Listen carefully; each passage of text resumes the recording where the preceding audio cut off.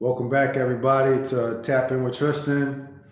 Looking forward to this conversation, man. This is going to be a beautiful story for sure, man. Real unique story, man. Lovely dude, man. Got the pleasure of building with him over the past few years.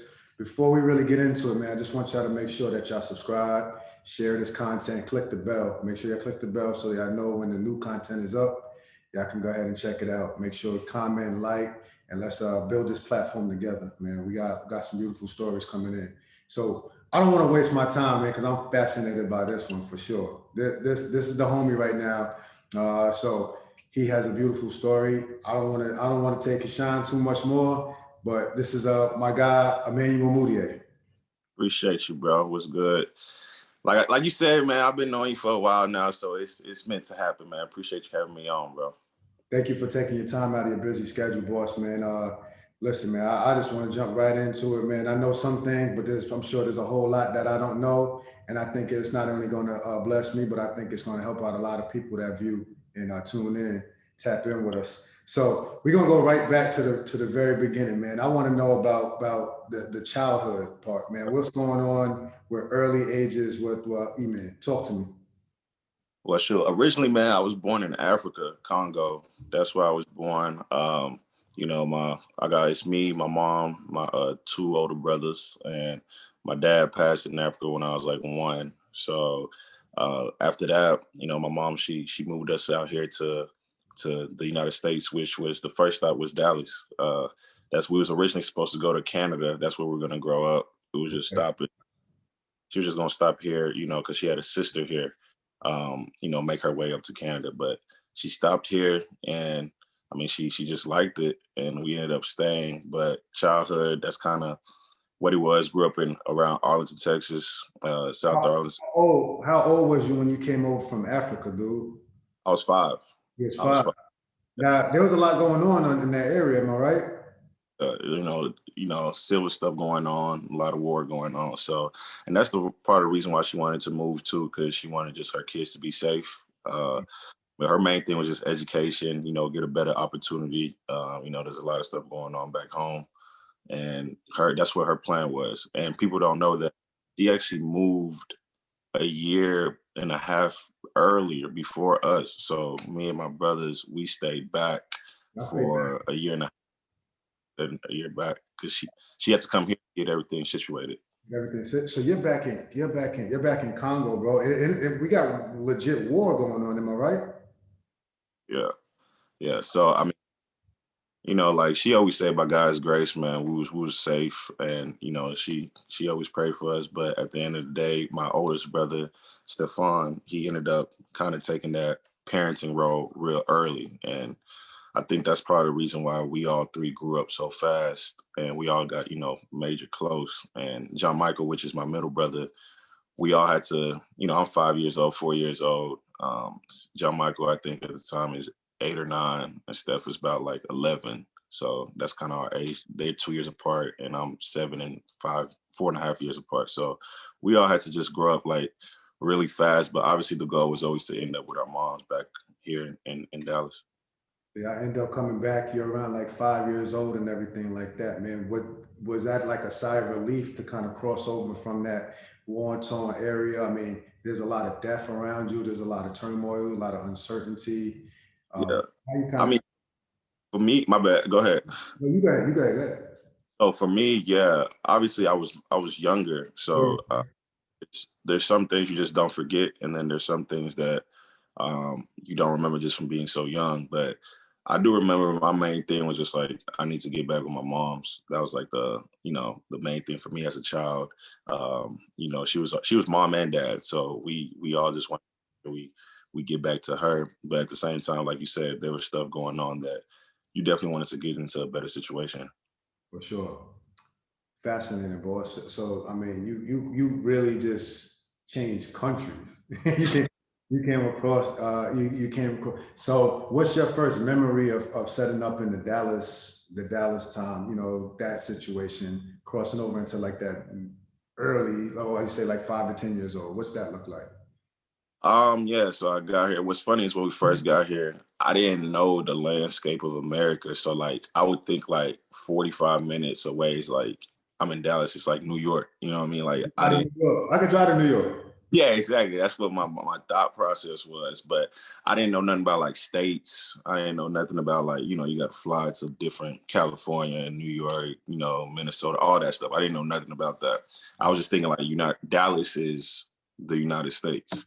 So when I got here, obviously, like you said, from like 5 to 10, I started first grade here, and my brothers, they kind of went into already like sixth grade and like eighth grade. So kind of got lucky because a lot of people, when I tell them I'm from Africa, they like, man, you don't have an accent, you don't sound like it.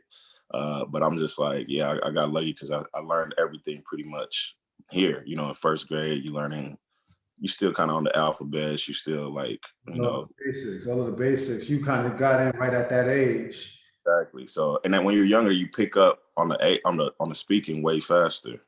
So I just ended up, you know, going to, like I said, I went to elementary, and then at 6 years old, it's kind of when like I fell in love with like basketball. That's when I started. I picked up the ball, and I mean that's kind of my story from then on. It's kind of just been basketball, really. Basketball guy. Now, what about your older brothers? Are they adapting well? You know, they're a little bit older. Were they adapting well? How were they treated by the other guys and other girls? Was it a Yeah, culture shock?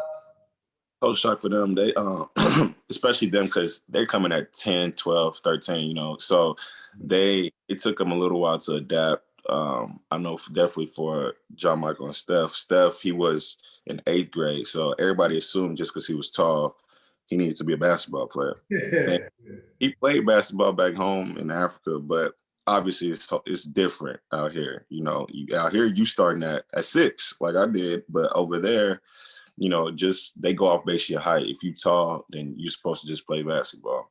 Right. So for him, it was a language barrier at first. You know, they had people making fun of him and all that type of stuff. But you know, us Africans, we couldn't snap. So like they used to like get in fights early and stuff like that. So after that, what's funny is John Michael, the person that he fought first or something like that. Now they're like they became real good friends. Like later on, like yeah.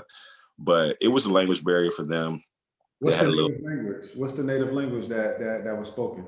For me, there's different languages, but for me and my brothers, French was my first language. Right. Okay. So can you still speak fluent French My mom, so what my mom did for me especially, she speaks French to me all the time, so I can like never forget. You know what I mean? So I know you were exactly. younger too, so you could have just went right into English.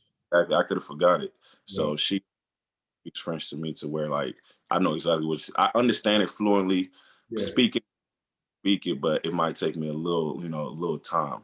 So So now your basketball's in your hand right now, man. You're like, man, I really like what's going on here. 6 years old. now that's when I fell in love with the game because I saw my older brothers playing, and I just was like, you know, this is a fun sport. I just wanted to get right into it. So was you playing recreation at the time, or are you just are you on the team? Did you get on the team? You know what I'm saying? What's that look like? My older brothers, they was playing for Arlington Swoosh, which was the AAU team at the time. There's this lady named Lori Gardner. She was actually like in charge of the whole organization, and she always used to see me. I used to want to go to every game. I used to, you know, try to play with them, but I was just too little. And then she was like, when I turned like 7, she was like, "I'm gonna just make you a team so I can, you know, you can play with kids your age and stuff like that." So at about 7, that's when I started playing like AU, like little tournaments here and there. So that's when it How started. was how was you as a player at that age, man? We're gonna get to the later years, but how was you at that age, man? Was you getting it done, or you wasn't that good? What was it?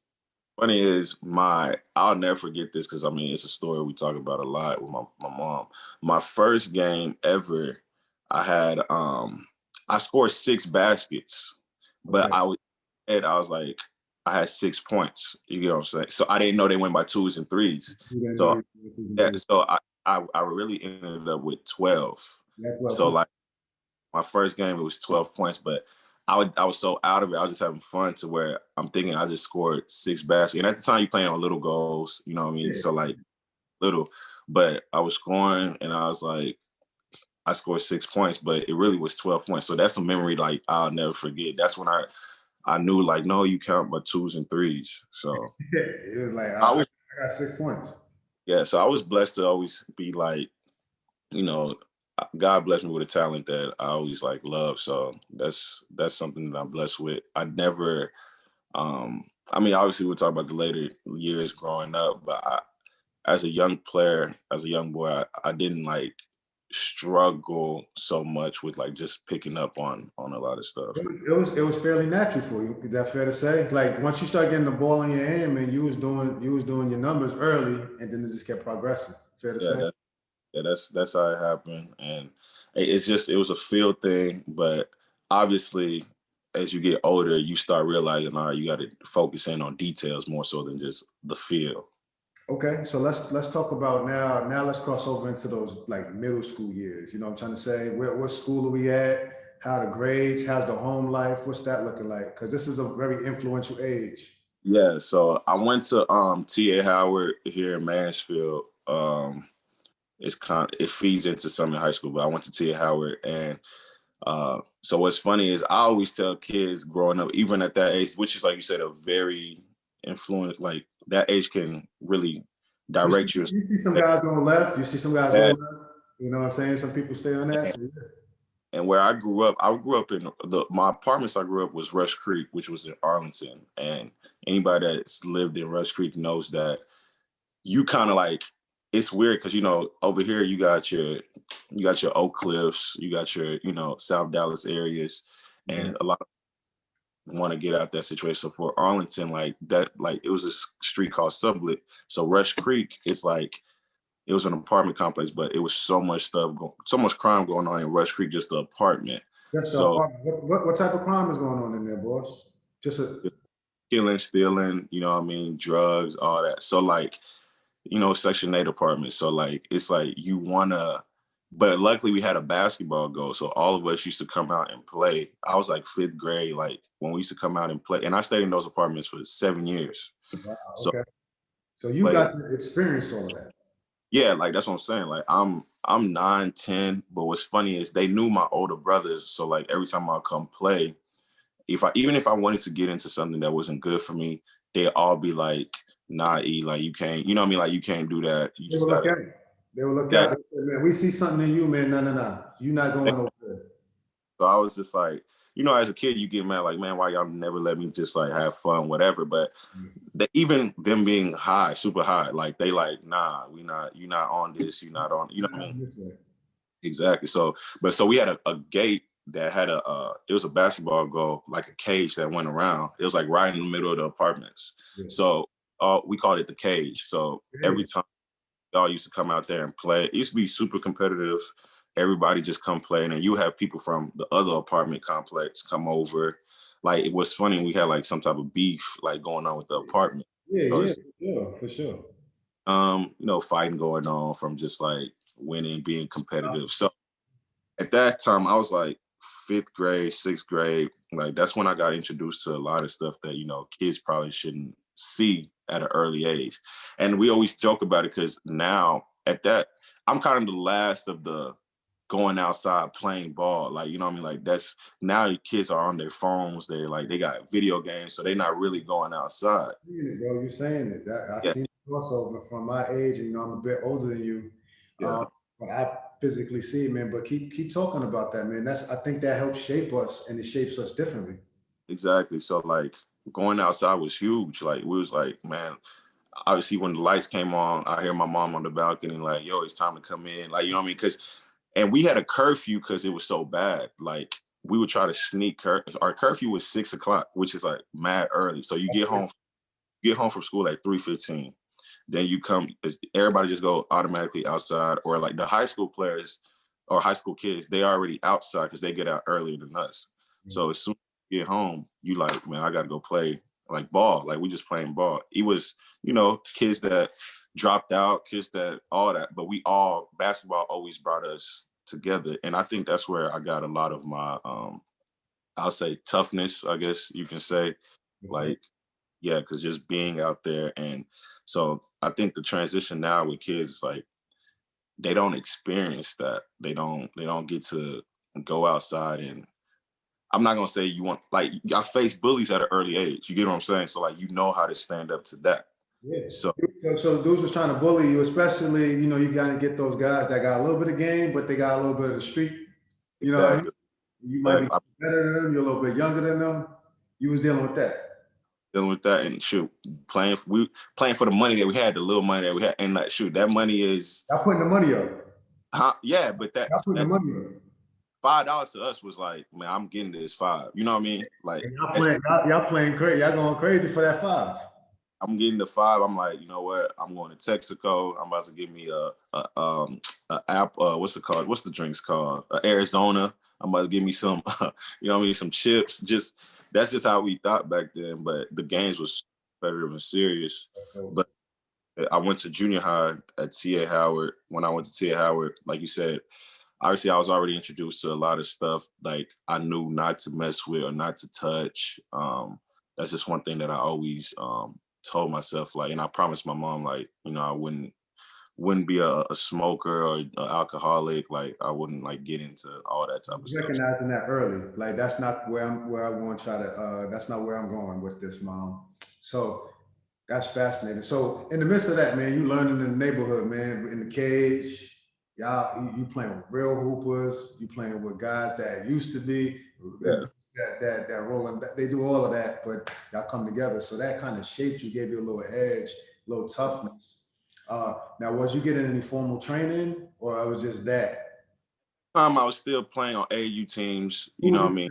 who was you playing with at this middle school age? Seventh, eighth grade, I was with Team Texas. That's who I was with, and Team Texas was, known as a powerhouse, like good Y'all AU. loaded. Yeah, Y'all loaded. So they recognize that we need that guy. yeah. We need that guy from an early age. So you on Team Texas.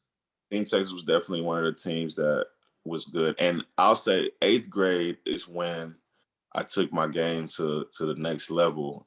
It's when like eighth grade was a camp that I went to, which was, I never told, like, the names that you might know at that camp was like Jaleel Okafor, D'Angelo Russell, Justice Winslow. These was kids my age, my grade. Bracket right here. 2014. That our graduation year was 2014. Mhm. All of us like were in the same camp. Which camp is this now, E-Man? It was called Fab Frosh at the time. Fab Frosh was, fabulous freshmen going into like, Yep. Fab. Yep.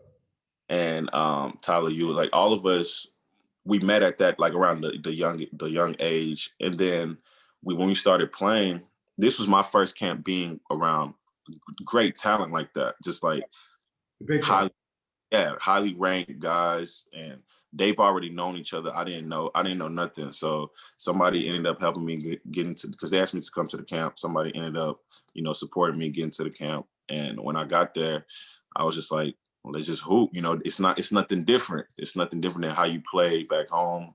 The camp was in Atlanta, so started playing, and then, I got blessed enough to win the MVP of the camp. So Ooh.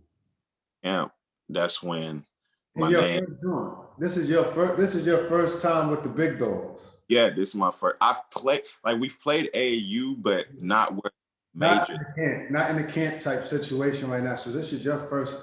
This is your first experience, and you get the MVP. Yeah, I got the MVP, and then when I got MVP, that's kind of when, like, honestly, I can say my life went into a transition.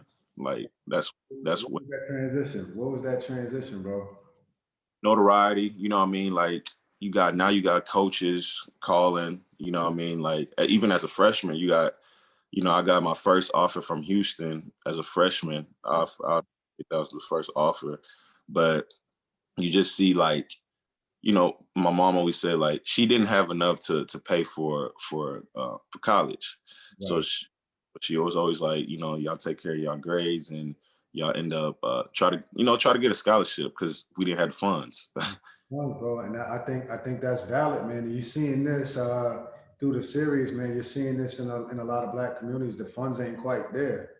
You know what I mean? So, did you feel at this time, you know what I mean, that sports was going to be an avenue for you to do something, and open up opportunity for you to do something? Are you Yeah. recommending that? What What's funny is my mom has letters from me in the second grade. Like you can see my handwriting and everything. If I knew what it is, I'll show you. But like it's me just saying like literally like I'm writing down. I'm with my bad grammar and everything. It was saying like I'm gonna make it to the NBA just to get you in a better situation. Like that's how long we was just in a tough, position financially and all that. So like she was working multiple jobs. So like especially when in that transition happened, I was like, all right, this is like the time to, step on the gas a little harder. Like don't like That's if when I felt like if I don't do something with it, then it's a letdown. You know what I mean? good. You felt that. You felt Yeah. this like that ninth grade area. I'm MVP. It's time to mash the gas, man. I could really do something, man. I got the opportunity, but also you put it on upon yourself. Like I'm gonna be the one to do it. Is that fair to say? Yeah. Yeah, it's fair to say for sure. Cause I was just like, in front of me. Anything that I did at that point, because I had the size. I was about 6'3" at that age, so I was just like, if I don't do it now, like then it's on me. That's how I felt. Beautiful, boss man. So how was your mom feeling about this? Then we're gonna talk about these high school years and beyond. How did your mom feel about you coming back with the MVP? Did she recognize it, or she was like, "Man, that's awesome," but she's still trying to maintain the household? How did she? You know what I'm trying to say? Like she was definitely happy. She was proud of me, but like you said, like I'm not her only son. Like she had two other boys, and so we all just kind of celebrated for probably not even that long and then moved on to like, all right, that's over with. Like we always been a family of once you do something, it's accomplished, but you can't stay there. Like you gotta move on. Like you can't write that forever. So she was like, that's good. She's happy, but now focus back on your books and like, cause she didn't think she never thought NBA until like later. Like, you know what I mean? Like, Until it's in front of her, she don't know this world. Am I right? no, exactly. She's just like education, like education. Education. I know that world. I know coming to the United States, if you get your education, we can create a life for yourself that's going to be better than the one we came from. This Exactly. NBA thing was Yeah. never really on the table until it was in front of her. Is that fair to say? Yeah. Like well, when we get into that, like she didn't look at NBA until like probably junior, senior year of my like where she was like, he has a good chance, Got a you good know? chance. So how'd your brothers feel about this? And then where did we end up for ninth grade? How'd your brothers feel about this, man? Is it animosity or they like, let's do it, bro? We're gonna back you. So speaking back, like growing up, they were the main ones too. Like when we talk about the cage, they're in there going against me, pushing me around, like fouling, like hitting me, elbowing me, like what I mean. I'm like I'll go back in the house, like Mom, look what Steph did, look what John did, and then she'll get mad, but like they didn't care. You know what I mean? Like they didn't care. They just like, nah, he got to get The tougher. benefit of it too, moving forward. There's You like said, this is going to toughen you up and get you ready yeah, for that next level. exactly. So they always looked at me and was like, he's the one that we can kind of push, but So, they very talented too. So, yeah. but they both suffered injuries.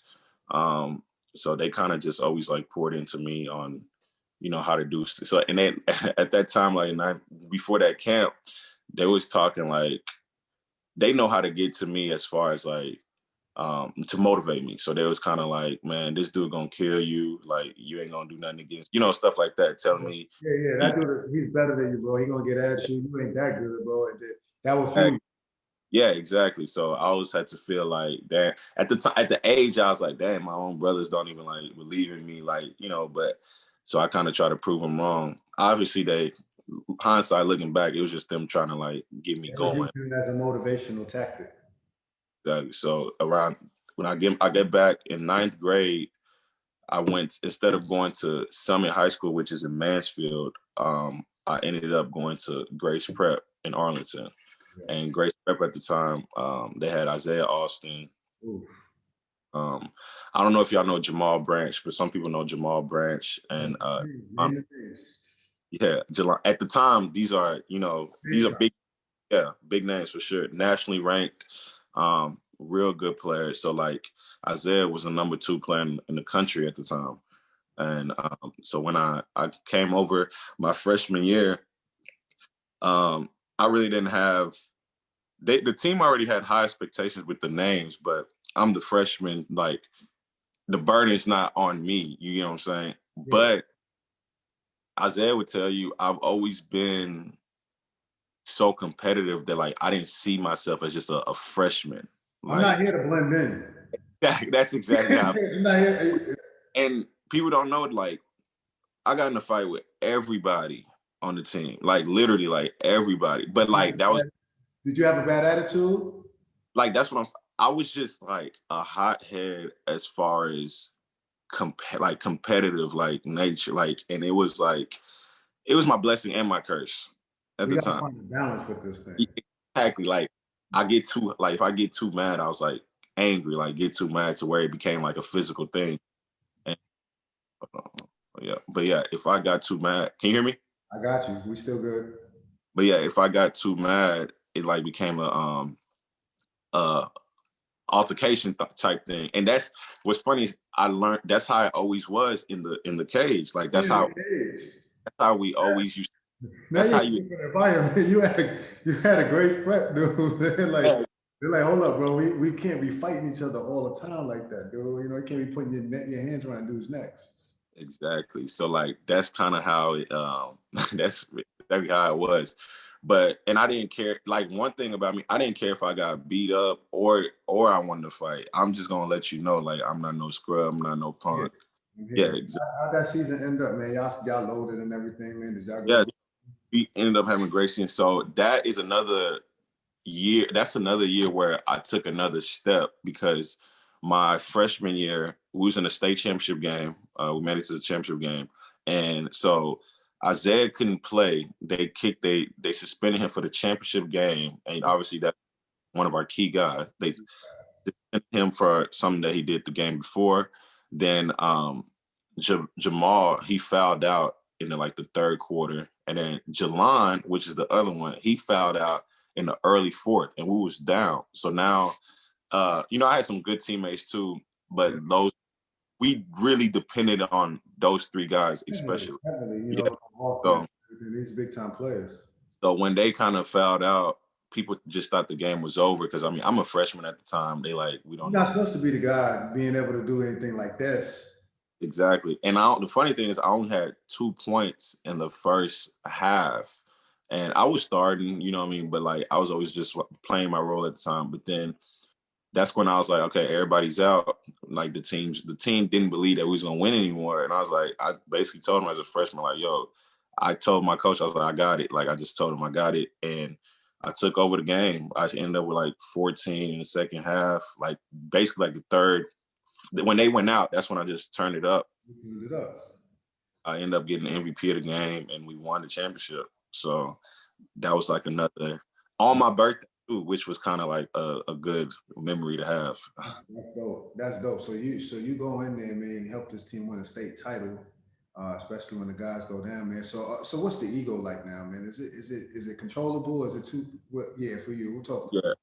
Uh man, I've Cooking one now. one thing I've ever my mom's always told me like she talks about God a lot to me. Like she'll like, if God like lifts you up and stuff like that, if you try to act like it's all because of you, he can take it away just like that. So like we always stay like even keel. Like I don't even like talking about myself, honestly. So like it's never been like oh no, I'm the guy, like you know what I mean? Like it's Felt all it, and then you played, but you let everybody else do the talking for you. exactly. And the funny thing is I always felt like I gotta keep this going, but I'll let people talk. You know what I mean? Like it was kind of like people don't understand. That's also like another form of pressure. Like you feeling pressure to like, all right, you done this, so now what you gonna do next? Like you got to keep it. Like It's an expectation. like sure, like you can look at LeBron. Like people, they'll think if LeBron gets 19 points, it's a horrible game. It's a Like let. yeah, it's a let. Like, you don't understand how hard it is to maintain a level of To consist, greatness. consistently have a high level, and you recognize that, you understand that, and we'll talk about that too for the highest levels. 'Cause you got people, man, they ain't get past junior high basketball and they talking crazy. Yeah, yeah, But it takes to be having a level of excellence, man. It takes a lot of you have to be rock solid mentally. yeah. No doubt, no doubt. And I think one thing I always tell kids, you got to have the right people around you that keep you even keel. Because once and then, like they tried. One thing my brothers and my mom did, they always kept me away from people that hype up your head. Like, yo, you can do this, you can do that, you can do this. And you got some kids that they fall into that. Like they like, man, I can't do this, I can't do that. But when I came home, it was like you nothing. Like, you know what I mean? Like you better, We're gonna keep you grounded. So you got, yeah. and now you're bringing out all across the country, man. You're one of the top guys in the country. You go to this school, right? That was created called Prime Prep. Yep, yep. So founder definitely is deep was Deion Sanders. Obviously Deion people. Sanders, Prime Prep, bro. So this is star studded just off of the founder, right? Hmm. With that, y'all was loaded there too. Y'all had a couple guys. It was Jordan Mickey. Yeah. Who else you had up in that thing? Chef, Shepard. Terrence, and uh, It's like, bro, like now you're actually, just off the founder's name, man. You in the big leagues in yeah, high school. That fair to yeah. say? Yeah, it is. But what? So I people don't understand how much I actually loved Prime Prep, and the reason why I love Prime Prep, going again, growing up in Rush Creek, like, and it was in this inner city in Oak Cliff. That's where Prime Prep was. People don't. So Prime Prep was right there by like South Oak Cliff, Kimball. It's by the So hood. yeah, it is in the hood. It's in the It's in the hood. hood. Like really, it's there. Okay. Yeah, it's in the hood. So, I ended up moving to Oak Cliff. That's where I ended up moving to. So yeah, I left Arlington. So like it's kind of it's funny to say this, but I felt home. Like, you know what I mean? Like when I was at Prime because it reminded me of growing up. Like it's rough. It's like you in the trenches. Like that's how it felt. Like you gotta get out. We had this like our gym, so we could have went and played anywhere and had a nice gym because we was a highly ranked school. Could have went anywhere, had a nice gym. Dion could have easily like did this if he wants to, but we said, nah, we want to stay here. And if you look at the school, you'll be like, man, ain't no way these guys like going to this school. Like, you know what I mean? Like, so the gym was, you got stuff hanging from the ceiling, all that, but like we called it the closet. So like when you, like that's just the name we call it, like, and it was rocking in there. Like it just you got stuff everywhere, but it doesn't look like your ordinary high school like gym. You know what I'm saying?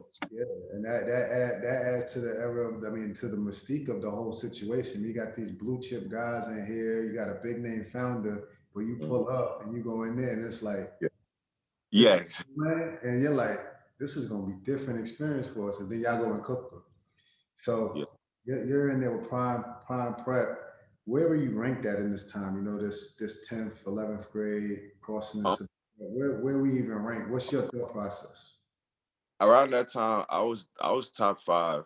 Around that time, I was like everything was different. Top five, like I was top five, but like I said, man, like even my everybody that I was around did a real good job of not letting me get into the mindset of, man, you're top five player. You know what I mean? And for me personally, I always looked at it as like, man, there's some players that weren't ranked and ended up making it somewhere big or something like that. So I never, to me, ranking has always been since I was little, has always been somebody's opinion.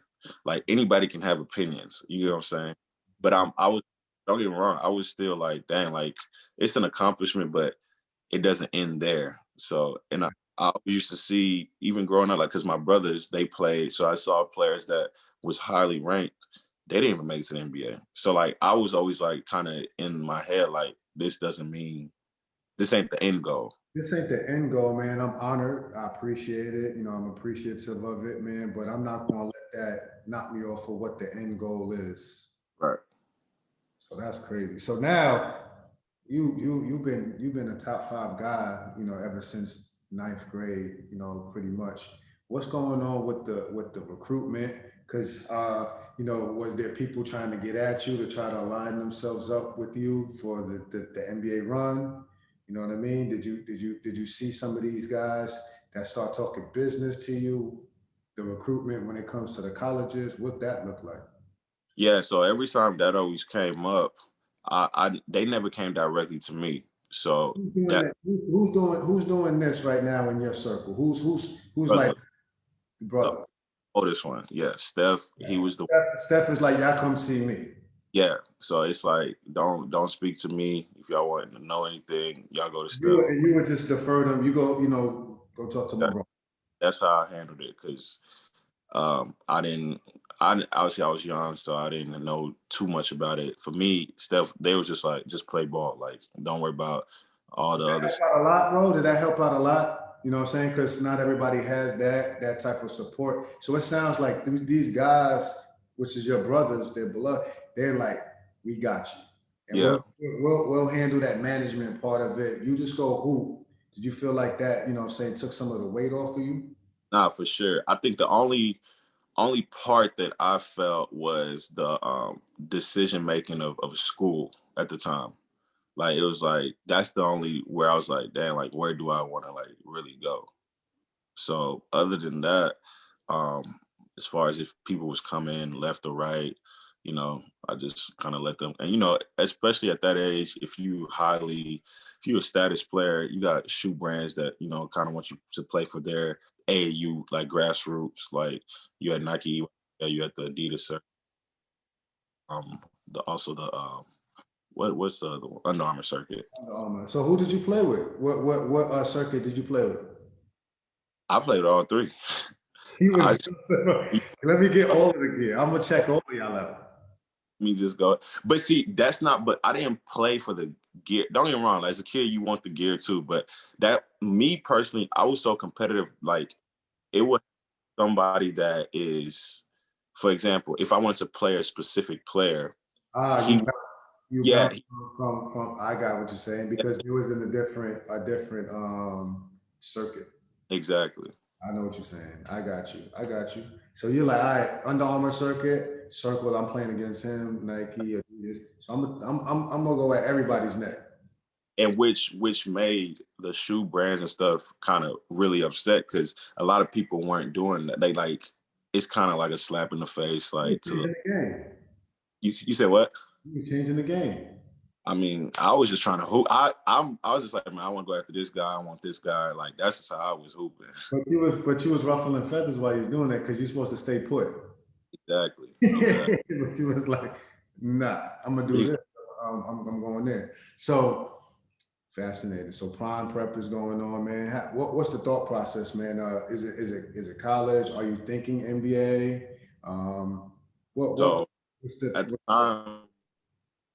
time, obviously you had to go to college at least 1 year, and that's when you start hearing like, man, he's gonna be one and done. Like what I mean, like he one got and a chance. done? The one and Yeah, done situation, the A yeah, plus. yeah. He has a chance to be one and done, and yeah, I ended up cutting it. I'll never forget. I ended up finally cutting my list to top five for college, and it was Baylor, Kansas, Kentucky, Baylor, Kansas, Kentucky, Oklahoma State, and SMU.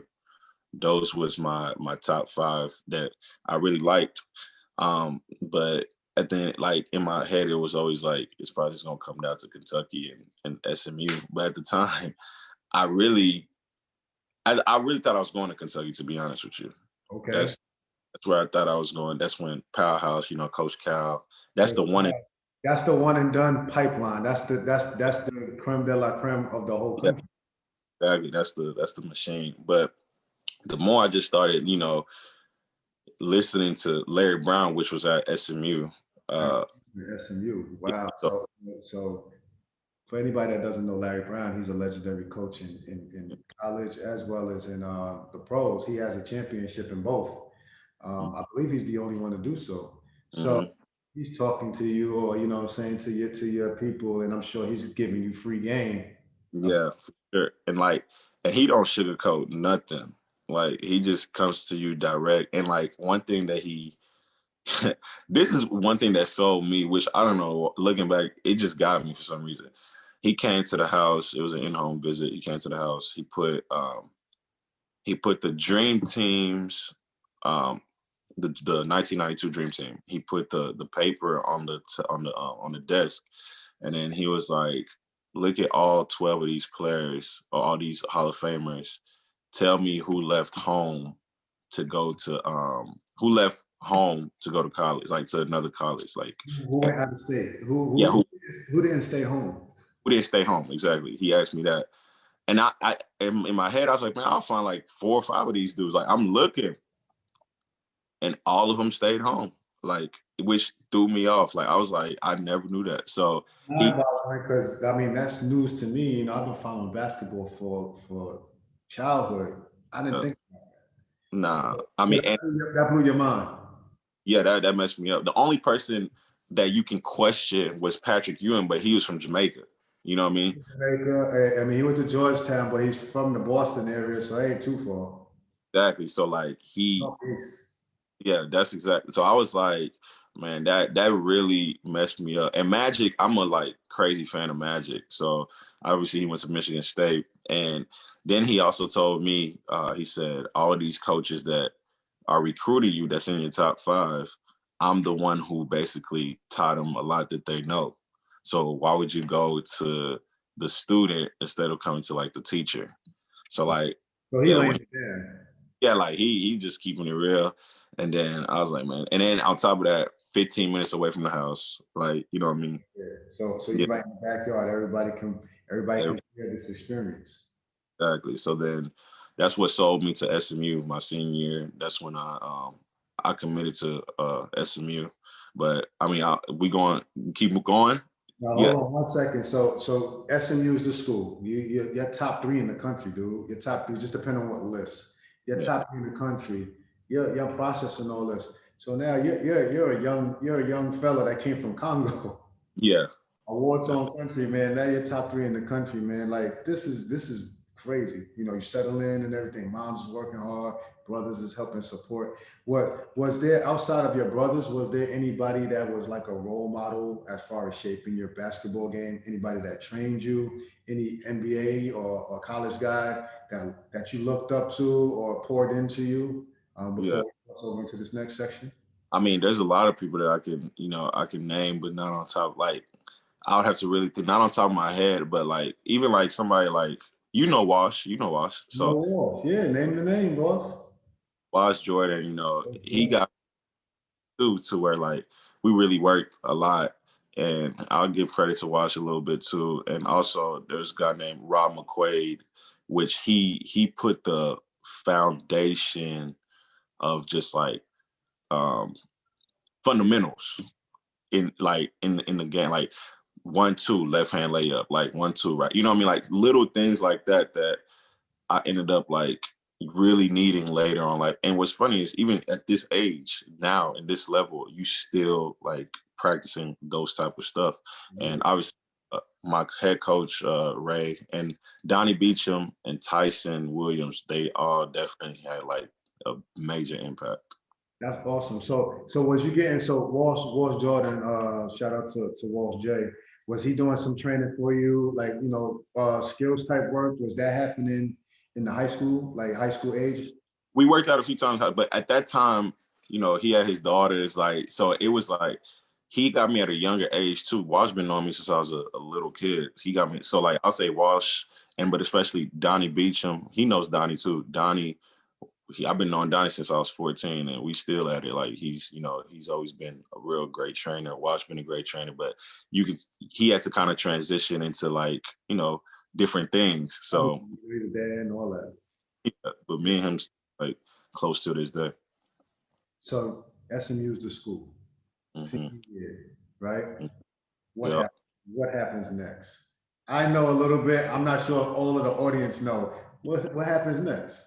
So yeah, so I signed and everything. Took my ACT, passed it, got accepted into the school, and all of a sudden they started just not recruiting, investigating. Like they started investigating the fact that they said it didn't make sense that I would choose SMU over Kentucky. So because there's like the program has been bad for years, basketball program, it doesn't make sense. So he must have took like a lot of money. And then on top of that, there was like the school that he went to, Prime Prep. It's not the credits don't count. You know what I mean? Like, so it was They digging right now. They digging. Somebody's not happy about what's going on, so there's some digging going on. a And you're lot of, in the middle of it. and I'm like, man, like I ended up with a 3.1 GPA. I ended up with passing my ACT. So like now it's like, what is it that's like, what is it that y'all don't like? So they started just reaching and pulling for different things that didn't make sense. Then they was like, if he comes, he is a chance he'll miss the first 17 games of the season. So that's what was going on. But there was nothing, there was no proof of anything. They can't But pin it to you, but the prospect of it was like, I don't know, that's probably not, I don't like that. Just the that's prospect of it. So is this time, man, what's your thought process? Are you angry? Are you starting to recognize that basketball is a little bit more than basketball? Yeah, for sure. More so angry at the NCAA more than anything. I think I was just like, it just doesn't make sense because I did everything I was supposed to do. You work But for this, you work for this, man, you get everything and they jamming up your whole situation. and then on top of that, my brother was at SMU too. My John Michael, the middle brother. So I was like, man, I'm gonna get a chance to be with him. You know what I mean? And then, but like, they was kind of just like tripping off a lot of stuff, which one and another reason why I did pick SMU that people didn't know was obviously I'm from here, Dallas, so I used to go to their practices sometimes because I was just home. I'll go to their practice and I'll watch. And majority, the team that they had that the year where it was like a real bad year for them, they had transfer that came in and they were sitting out. So that's the transfer players is the players that I would have been playing with, which were, yeah, which would have been a whole different team. And that team ended up making it to the tournament. Like they Yeah, ended up with this roster, me included, we a top 25 team. We're gonna be able to do big things. We got a big time coach. I'm here in my backyard. I'm gonna do my one and done. yeah, that's exactly, and that was the plan. Larry Brown, that was the plan. That's exactly Larry Brown even told me, like, you're not staying here longer than 8 months. Like, you're not, you know what I mean? Like, he's telling me, like, some coaches that they'll try to hold you back, but he is, you getting out of here. Let me pour all this knowledge into you, man, and you go on to your next step. So what ended up happening, dude? Yeah, so through all this time I had, so there, this kind of how I got to break into it. I went to play my senior year. I went to play in the U.S. Hoop Summit. I think that's the name of it. That's like a big game where NBA scouts come and you got overseas scouts coming. You got all that. So it's a real big platform. All 30 teams from the NBA are there. All scouts, GMs, whatever. And we're in high school, but you got some players that from overseas. They can enter the draft like after that game. Right. If so, but if you're a senior, you go to school, you go to college or whatnot. So a China team and a French team was in the area. They came to watch the game too, and I had a Chinese player on my team, and he was solid, but I ended up playing really well. I played really well that game and that whole like week of practice, and that's another reason why I got projected to be one of the top picks in the NBA. So then I was like, my confidence like is pretty high. But in my head, I'm still like, I'm just gonna go to SMU, do what I gotta do, and leave. But then out of nowhere, during that whole like the whole scandal of like, oh, he took money, this and that, whatever, at SMU, those two teams from overseas gave me an offer. They were like, we know he's young, but if he wants to come, we would like to have him. And at first I was like, nah, like ain't no way I'm not doing that. I'm going to school. Like I gotta go to college. And then but the numbers didn't come out yet. Like, like it was just like they would tell They me. give you money, but you don't know how much money. I don't know how much money. So at that age, I'm just like, nah, I'm still thinking like go to school, whatever. So then China just gave me a deal like that'll change my life forever. Like Changing deal. life changing deal. And obviously I was with my mom, talking to my mom. I was like, I mean, it's not the NBA yet, but this is like something that we've worked for to get you into a better situation. Because at this time, my mom's still working. I just didn't want her working. So we all talked about it, and I was like, man, like let's just do it. I think it's the best decision now. And my mom even was like, I don't think you're making a bad decision. And that league in China, which was the CBA league, You end up uh, with China. you said what? You end up taking the China deal. Up taking the China deal, and in my head, I was like, it's 6 months, so it's only 6 months. You do what you got to do. Good. You got a chance to come back into the draft. Yes, sir. So I mean, I ended up going to China. When I got to China, played. My first few games I played really, really well, and then I ended up getting injured. So I got injured, which obviously that's not in the plan for anything. So like I got injured, and when I got injured, you just seeing I was projected a high pick, Yes, real sir. high pick. Yeah, And you seeing like players just going like breaking out. Like they're having grace in college, you know what I mean? They just right came. here in the United States, you're over there, so they're in the eye of everybody. They're on Sports Center constantly and everything. You're tucked off, and you have an injury now, so you're seeing a couple of I'm people. taking off. How'd They that? they're hooping. And I like how they feel. It was more so like you're a competitor, you like, damn, I'm trying to get back on the court. Like, you know what I mean? Like, but what's funny is people don't understand. These were what made it so cool is going back to 8th grade, the Fab Frosh camp. All these, now it's all of us I think we had 18 of us that entered the draft. So all of us that was at that camp, yeah, all that of us that was at the camp, these are the guys that I'm seeing like blow up. Like, me and like D'Angelo, like he was hooping, like, you know what I mean, Jaleel, Devin Booker, like you had all these guys, Trey Lyles, like, and this is our senior class. Like this is our class. Yes. So they just like killing. And I'm like, damn, like, I'm slowly like dropping. Yeah. Like, I'm not like, it's not like a huge drop, but it's like you're dropping. And I'm like, man, I got to get back on the court. So I was out for 3 months. So, yeah. So I was out for 3 months. And the thing is, I had the choice to come back, like to just because I didn't put up a good enough resume to where like, you don't have to play no more. Yeah. But like even my agent at the time was like, if you don't want to play no more, you don't have to.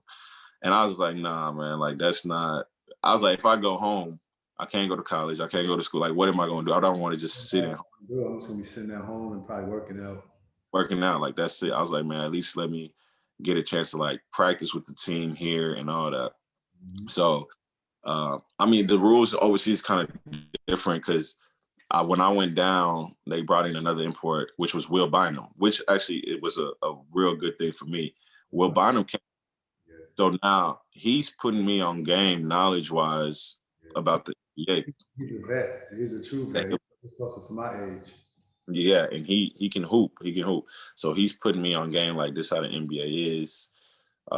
Just telling me all this stuff, and I got to work out with him a little bit while like my recovery process, and I started practicing with the team. Like so, and then I finally when I got back healthy. I was healthy for like a month probably, but the team was doing so good. Like the team was hooping, so it's like oh they need you or whatever. So it's like the team's doing good, and then I ended up one day I was just chilling at home. I got a call, and then they was like, "Do you want to play next game?"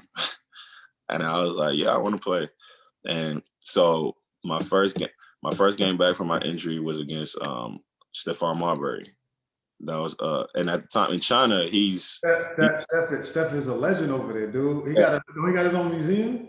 His own museum, got his own statue, got his own Broadway play.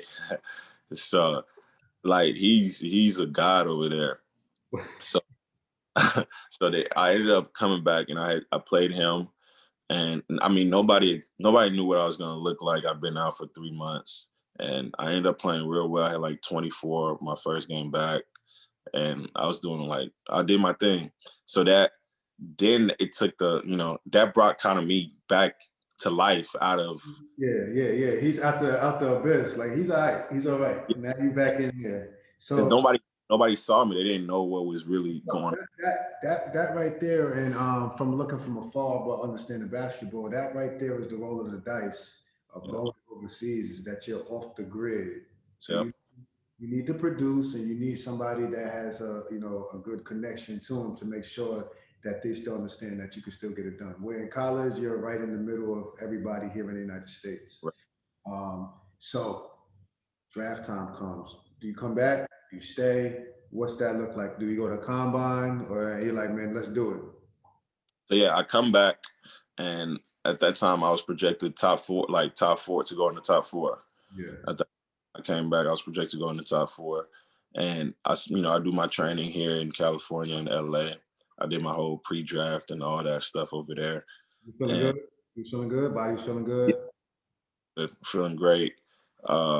Yeah, that process. I didn't go to the combine because my agent advised me There's that I no didn't. need to. No need to Yeah, because your stock can only drop based on where you're at. So, without saying any names of teams, was there a team that you really, really wanted to go to, or it didn't matter? yeah. At the time, yeah, I If you did. want to reveal, you can, but I'm not going. I'm not going to put that on you. You know what I'm saying? But there was a team that you would prefer to go to? At the time, yeah, for sure. Because I mean, the way the landscape was, and there's a team I wanted to go to because of I felt like I'll have the best situation to be me. Like I'll be able to play me and with the teammates that I have. So Personnel, style of play, coaching staff, all of the above for sure. So, so at that time, I met with the top four team. Like I only worked out for the top four teams. yep. So because I mean that's what my projection was like top. And but when I got to but nobody knew who like number one was the only one where like you knew Carl Anthony Towns, like you knew he's going number one. You know what I'm saying? So like that was the only person like everybody knew like that spot's locked. Like he most Everybody else, they can move around. exactly. So like if somebody gets drafted here, that can change the whole landscape of the draft. Like that's how important that draft was. But at the same time, it's also like I said, it was cool to see because we all knew each other. Like, you know what I mean? So like that's like you going on and to camp, y'all build a relationship, this and that. And y'all got a bond for a long time, but you don't know 4 or 5 years from now, we all gonna be in the green room. Like, you know what I mean? That's Yeah, dope. Dope. That's dope. So what, just for people to know, what year is this draft? 2015. 2015 draft. So you in the green room, you sweating it out. What happened? Where'd you get picked and where'd you land? How'd you feel? So I ended up getting picked number 7 and I went to Denver. I went to Denver, which like that's a blessing for sure. I always give God the glory for that. And for me, that draft, everybody always asks me like, how do you got drafted? How did you feel?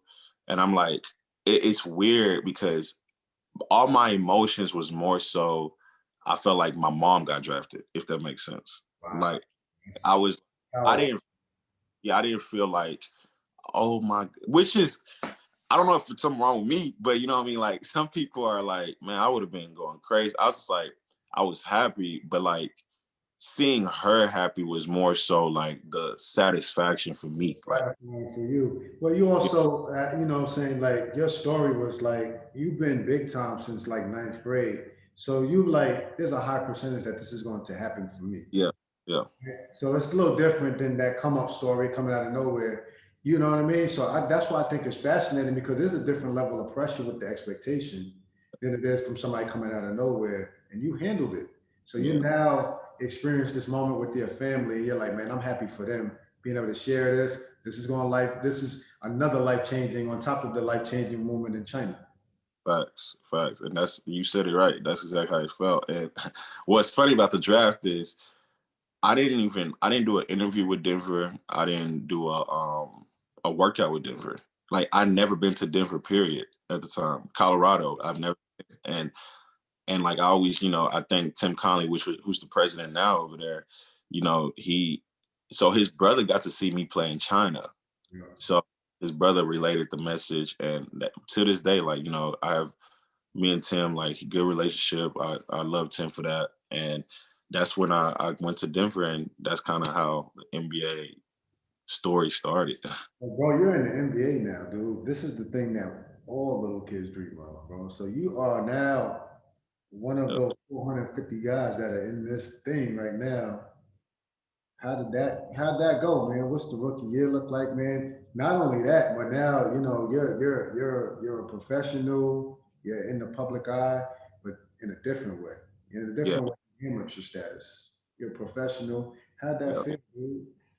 Nah, it felt, I mean, obviously great. For me, it was kind of like, man, you're starting your freshman year again. Right. that's really that's how I was approaching it, because now you're playing with, the KDs, the Bronze, the, D Wade still in the league at the time, Steph. Like, you playing with great players, and not like, those are the names that you see, but the names you don't hear as much, those guys are very much so talented. You know what I mean? Like, they're right there. Like, I play with Michael Beasley. Michael Beasley might be the one of, if not the best scorer I've ever seen in my life. Like, yeah, like, you know what I mean? But like, I mean, Mike got stuff that, like, he was just, that type of talent is unmatched that I've seen. And like I said, there's guys that you probably won't hear about like that, but they're just as special. As just, you got to be in the right situation, right Yeah, time. opportunities and things of that nature, man. So now you're in there, man. Are you trying to process all this? Do you feel like now after the SMU situation in China, now you're in the league? Do you feel like, man, this is not just basketball? You know what I mean? Yeah, It's not just going out and hooping. There's a lot more tied to that, man, and you got thrown in there. Did you feel yeah, prepared for that? And talk a little bit about the business and the lifestyle that comes with that. yeah. I think I'm glad you said that. Like, people, I don't think people understand that the NBA is a business, though. Like, people see the games, but it's really, it's a business. So I had to learn. I'll say my first 3 years, 4 years, honestly. Like, I'll say my first three. My first three, I was kind of trying to balance, like, business, fun. Like, I didn't know, like, how to. And at the time, I got judged at 19. So like, Oh, yeah, dude. yeah, I'm 19 years old. You got all this stuff getting thrown at you. And you're in a grown world. Like, I'm 19, that's 33, 32. So like, we just in different maturity levels. Like, Right. It's a fact.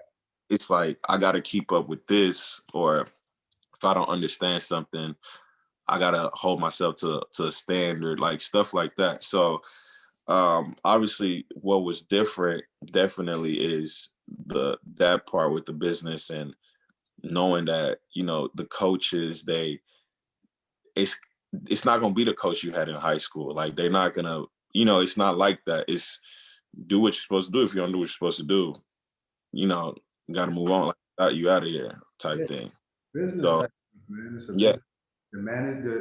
The responsibility of the coach shifts a little bit. It's managing the personalities, and yeah. yeah, man. So, are we playing well? Are we playing well? Are we overwhelmed, man? Like, who was some of I, the guys that helped you out the most? Talk to us about that.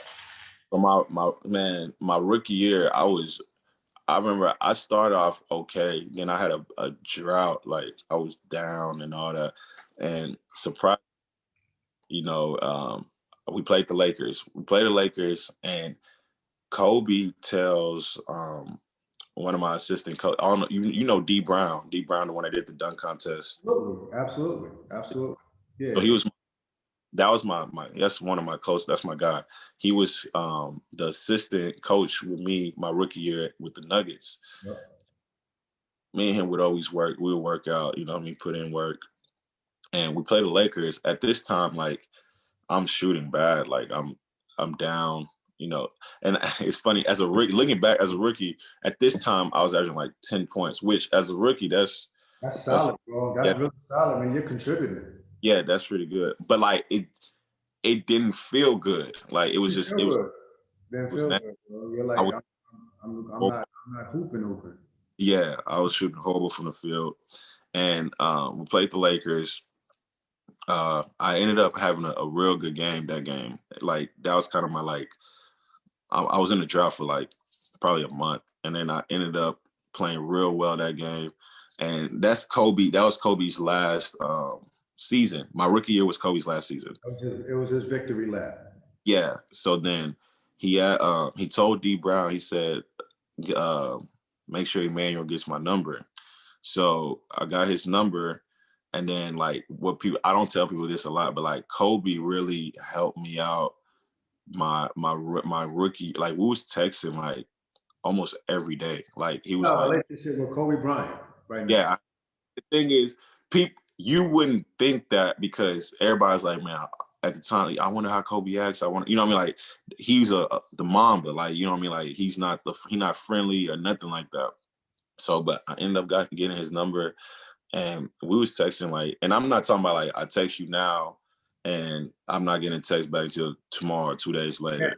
Big time text. It was like he text me today. I mean, I text him today, like right now. He will text me back in 5 minutes. Like we was just going back and forth like that That's for our like, relationship now. You know what yeah. I'm saying? A friendly relationship, man, and he's almost kind of like a mentorship now. He was more mentor for me mentally more than anything. Which is a big deal.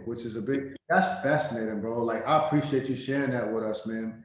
First of all, RIP, but also it's the behind the scenes of kind of the movement amongst players, man. Because there's a lot of pressure on you guys, man.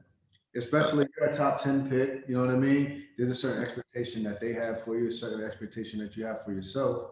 And then everything that you do is in social media, it's on ESPN, everything, man. So when you was playing bad and you kind of seen that, man, did that weigh on you, or you was like, I'm gonna get through it? Like this is probably the first time that you're really in a drought. Yeah, exactly. So like I knew I would get through it, but obviously every game you hoping like, okay, this is the game. This is the I game. hope this is the game. Yeah. One And month later. yeah. And is, Donnie, which is my guy, he would tell me like, look, like one game came like you can't put your pressure on yourself every game. Like the season is way too long in the NBA. Like and we always say this as is in the NBA, the beauty about the game is you got another chance tomorrow. Like with like you can play bad literally today and you have a game tomorrow. And you can't be thinking about the game of yesterday. That's a fact. That's a fact. And then you playing so high level of competition, man. You got to go in there ready to go, or it's going to be a bad night again. So you can't hold on to that last night too long. Exactly. Especially at the point guard position. You playing all the best people. So that's the champ. I mean, that's the kind of the position right now in the league is the point guard position. But like I said, Cole, he helped me out a lot. And also, I mean, there was a few other players that, was helping me out. But for a while, man, like I'll say my first 2.5, 3 years, it was kind of the first time like basketball just didn't feel the same. Like it didn't feel right. And then I was like I'm searching like how do I find the love again, like how I used to love it, because it turned into much of like business. You know what I'm saying? Like it was every time I played ball, they always used to be like, I'm having fun. Like that's just what it is. Oh wow! So, bro, this is fascinating because again, everybody doesn't make it to your level, man. So you're one of the blessed ones with the gift skill set and also the drive and determination to get there. But you're physically telling me right now that there was a point in time in the middle of your career, your early career, where the love wasn't there because Yeah. of all of the stuff that comes with it. Yeah. Nah, it was just a lot of stuff going on. But one thing that never wavered though was my confidence. Like that never wavered. Like every time I'm like, all right, like I can, like you can hoop. Like you gotta know you can hoop, especially in that type of atmosphere. Like that's just, I mean, but there's some players that's confidence is just like.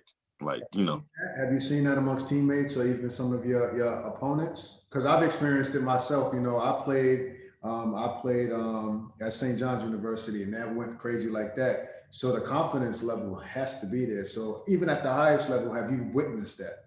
Yeah, no doubt, no doubt. And sometimes it can be this star player. To be honest with you, like it's just Yeah, that's human beings.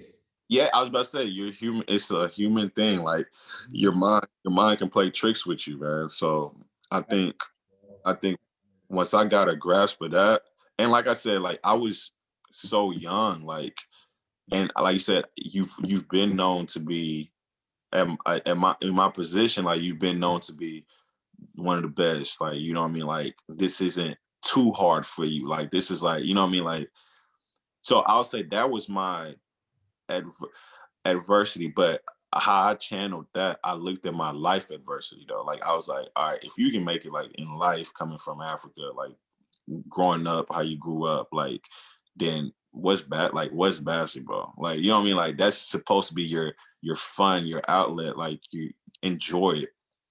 When I got back to that, that's when I was like, because by that time I was in New York. By that time I was in New York. I was playing with the Knicks, and that was my best so far my best year. Like, you know, I was like averaging 15, just hoop, like had no care in the world as far as like just have And hoop. that And felt we good, man. You at the high level. You at the yeah, highest level, and it's like, man, I'm enjoying this, and this is my career. and So we weren't that good, but just this what like you said, people don't understand. You being an individual, people are especially at that level, they expect you to be somebody that maybe you not even that person to yourself. You get right. what I'm saying? Like you got people, especially in our situation, people would look at what somebody said and try like to prove them wrong. You know what I'm saying? But like, and some that's never been me, and that's not gonna be me. Like at the end of the day, I know who I am. If I can go to sleep at night, these people, they not in my bed. They not, you know, they not with me every day. They're not. So, They're not. so So I appreciate you sharing a glimpse of that, man, because you get a lot of people that are sports fans, and fans is short for fanatic, yeah, that really live through their team. They live hmm through you guys, and sometimes it goes their extreme, but yeah, they don't recognize that there's a human element that comes with it. So I appreciate you saying these things, man, because everybody's story is a little bit different, man, and then sometimes the expectations are unreal. yeah, They're not, yeah, they're not even, they're not even realistic, and sometimes what they say is not even really. Oh, this guy's trash, but like, no NBA player is trash, bro. Like and I'm all back to kind of to piggyback on what you're saying. Now, it can hurt somebody that's more sensitive though. Like you know what I mean. Like if you don't have thick skin, if you're not, if like I always say, if you wasn't everybody think, oh, you got to be a tough. There's your version of tough. Like, you know what I mean? Like, you don't have to be from the hood to be tough. You don't have to have this situation to be tough. But if you have thick, there's some people that don't have thick skin. That's just what it is. And they always need like somebody to pat them on the back. Like, it just depends who you are. Like me, I'm not. That's not me. That's never been like, oh, I gotta be the person. Like, you don't have to tell me good job every day. Like, you know what I mean? Like, I'm cool on just like if you know what you did. Like I know if I did wrong. I know if I did good. That's just That's it, bro. You saying it, bro. That's free game for sure, man. Because in the social media world, everything is out really quickly, yeah. and, and you have people that are sensitive. They've been sensitive at an early age. They just can hoop. Yes. They're 7 feet and can hoop, but they still were sensitive. So now it's just magnifying who they were growing up. So life of an NBA guy, man. Let's just talk a little bit about that, and we'll kind of wrap this up, man. You're an NBA veteran. What does it look like, man? Like obviously it's a blessing, man. I think life of an NBA guy, you have your ups and downs just like any other human. Like, you know what I mean? Like you said, you got expectations for yourself. People got expectations for you. But I think some people love the attention. Some people like to be low key. I'm one of the people that likes to be low key. So life of an NBA guy, you can find your fun anywhere really if you want that. At your fingertips, so you can make it really whatever you want. But the window is a little bit short. Am I correct? And when did you start recognizing that, man? Like I can have 20-year career and it could be Hall of Fame like, but it does come to an end. Have you ever thought about life after basketball? When does that start setting in for somebody who got drafted at 19 years old? Yeah, I mean, and it's funny because I'm still young now. I'm 20. I'm 24. There you go. But yeah, but people, since you've been in the league for a good amount of minute, they think you're 30. You know what I mean? So like, so I'm 24, but at the end of the day, I have been in a I've been in it so long now, or a good amount of time, to where it is time where you can start thinking outside of basketball. You can start branching with different things and getting the right people around you, surrounding yourself with. I always like to say, even if whoever's gonna watch, like to kids, like one thing I'm big on is always surrounding myself with people that are smarter than me. Like that's one thing that I'm big on. Like if Why I'm is the that? And why is that, bro? Because that's you hitting the nail on the head. Why? cut, you gotta make yourself feel like, I like to think of myself as, you're smart, but you're not the smartest. Like if you're the smartest person in the room, obviously you heard that saying. If you're the smartest person in the room, Absolutely. We're trying you to learn. We're trying to learn and grow. exactly. So like, and I'm big on like learning anything, like new things, like anything. Like I even said, if I would have went to school or college, which I at some point I'll try to get my degree, but Yeah, you're gonna go back and do some things. promise my mom. But like psychology is like one of my like thing that I love. Like I like to know what's going on in people's brain. Like how do you see this? How does a doctor see this? How does a lawyer see this? A real estate person, like all that. Like I think the more knowledge you get, the better you just become. And that's what makes you unique, boss man. It's been a pleasure to me just getting to know you, close and from afar. You know what I mean? We've crossed paths quite a few times over your NBA career, and what's really good about what you're saying and is valid is that you have been low key, man. You've been approachable, and at the same time you've been transparent, man. So I salute you for that, man. And I think it's fascinating that you went in big time Yeah. and you went through your ups and downs, man, but you stayed rock solid, man. You actually was a top 10 pick in the draft because there have been guys that have done that and not made it.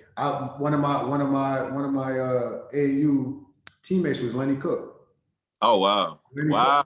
Lenny Cook Wow. was my teammate. He didn't Yeah. even really, had a little summer league thing, but he never actually put a jersey on, bro. And he I, was I watched that. I watched the documentary. We I was watched. teammates, bro. We was teammates for the Long Island Panthers, bro. So I seen all sides of it.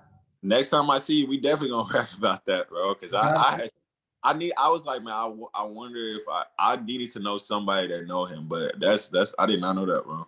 Yeah. So I mean, if we need to go ahead, yeah, we'll talk offline about that. But yeah, that he was in your situation, Yeah, top three, going back and forth for LeBron, and he didn't get there. yeah, Situations and stuff like that. You did, boss man. So salute yeah, to you, man. We celebrate you, man. I'm proud. I'm proud to say that. What I'm saying, that we could sit here. What I'm saying, as young black men and build. for So, sure. so And all success to you too, bro. Like I see you growing your business, man. People coming. I've been hearing too, bro. So proud of you too, man, for sure. I know you're getting people right. So Thank you so much, man. And we'll talk offline about how we can build. But let's kind of put a bow on this, man. What would you say your biggest what if? We're not gonna say regret, but what's your biggest what if in your overall career is? whew, man, that's it put me on the spot. That's Put you big. on the spot, bro. Um, I guess you can always say like, what if for my career, what if I went into a different situation? I guess like I got drafted 7, but it probably could have been different if I got drafted 3rd, or it could have been just 10th. Like you don't know, like you know what I mean. Like I always say, the NBA is all situational. Like one person that took full advantage is my boy Devin Booker. Like that's a prime example. Devin wasn't a top 10 pick. He went like 13th, but I seen I so Errol Watson. Yeah, I It's a story that people don't know. I'll share it real quick before we end. I seen Errol Watson it was my rookie year. We was in Denver. We played Phoenix for preseason, and Errol Watson was how D Brown was to me. That was Earl Watson Yeah, to Devin Booker. So that was his workout guy. They together every day. And I think they came out with a podcast he came out with a podcast, something like that. But this is my personal story of that. And I'm like at the mall. I run into him at the mall. He was like, we're speaking, and he was like, yeah, man, you and Devin, like, I mean, you guys are young, but y'all keep working, this and that. And he was like, he told me, he said, I'm expecting Devin to be our leading scorer in 4 years. But he was planning on, because they had like Brandon Knight and Eric Bledsoe at the time, and really wasn't getting the run. Like the plan for them was he wasn't going to get the run like that. Like, you know what I mean? Like he was going to get in here and there, rookie minutes.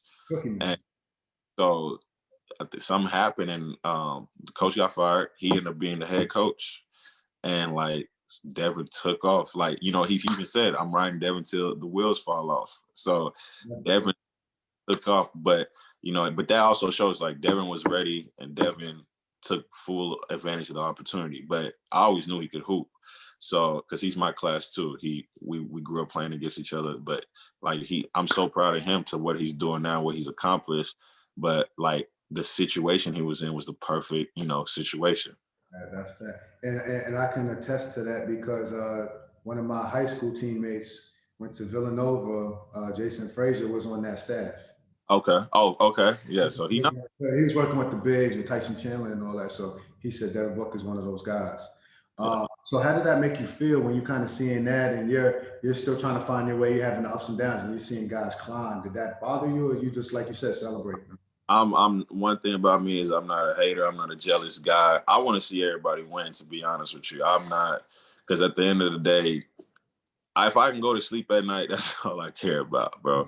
Boss, man. And that balance is very important. Not everybody has that. What would you say your best moment was, man? I know you got a lot of them, but what really sticks out to your mind?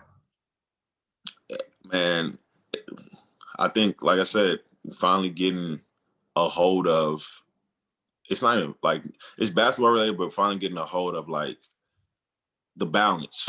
I think that's like the main thing that I'm proud of for myself, like just the balance. And to piggyback on what you said, I always tell people this too, like you cannot compare yourself to another person. Like people get too caught up in like, this man's doing this man's doing that, and they end up, comparing. But at the end of the day, God created you to be you. Like you're not supposed to be another person. If I was supposed to be Tristan, I'll be Tristan. You know what I mean? Like if I'm supposed to be. That's a fact. And I think also too, man, especially with the young Black community, we at each other's neck too much. Yeah, like that. Celebrate each other and see how we can build and collaborate. That's a worldwide thing, but definitely in the sports, because we competing. Exactly. Competing, but there is a fine line to competing, but also wanting to see some guys win, man. So that's beautiful that you even said that. And let's wrap these things up. I'm gonna ask you two more questions, and we're gonna put a bow on this. What would you say? I know you don't like talking about yourself, but how would you describe you? What's E-Man? What's Emmanuel Mudiay, man, in a nutshell? Low key, easy going. I'm a chill guy, man. I love movies, so I'm into that type of stuff. Obviously, I love ball, but one thing I always want, like, I just want to make people happy as far as like, create a better opportunity for them. I think that's one thing that I take pride in, and like even my foundation that I'm doing, like I said, I'm from Africa, so stuff that I want to happen back home is big. Like, so What's the foundation, man? Let everybody know, and you give me the info. I'm gonna put it in the link. So just what's the Emmanuel Mudiay Foundation. That's the name of it. We got a lot of stuff that we got in store that we're planning. We just recently did Thanksgiving and Christmas in Fort Worth, Dallas area, giving back food and stuff like that. So that's one thing that I like doing. Like, it's big to me. That's beautiful, boss. We'll connect offline and see how we can build with that. Now, what's something that we can give to the youth, man? What's something that we give to the youth, and then really everybody, man? What's some words of encouragement, advice, man? Talk to them. Yeah. What I tell the youth, man, is number one, keep God first. Two, just make sure you surround yourself with, like I said, man, with the right people, especially, especially nowadays, like people people think certain things are cool, but they're not cool for the long run. So just have a good circle around you. And last, I'll definitely say, obviously grades too. I know parents are tough on them about grades. Education is real. And I'll definitely say, like we just talked about the comparing thing, like you gotta keep your head down and focus on yourself. You focus on yourself, good things will happen for you. I appreciate that, man. One other thing is be honest, man. Sometimes we get a little delusional based on the comparison. Exactly. In your lane, man, all you young athletes, and be honest with yourself. There's strengths to you to who you are, but there's also areas of development, For and sure.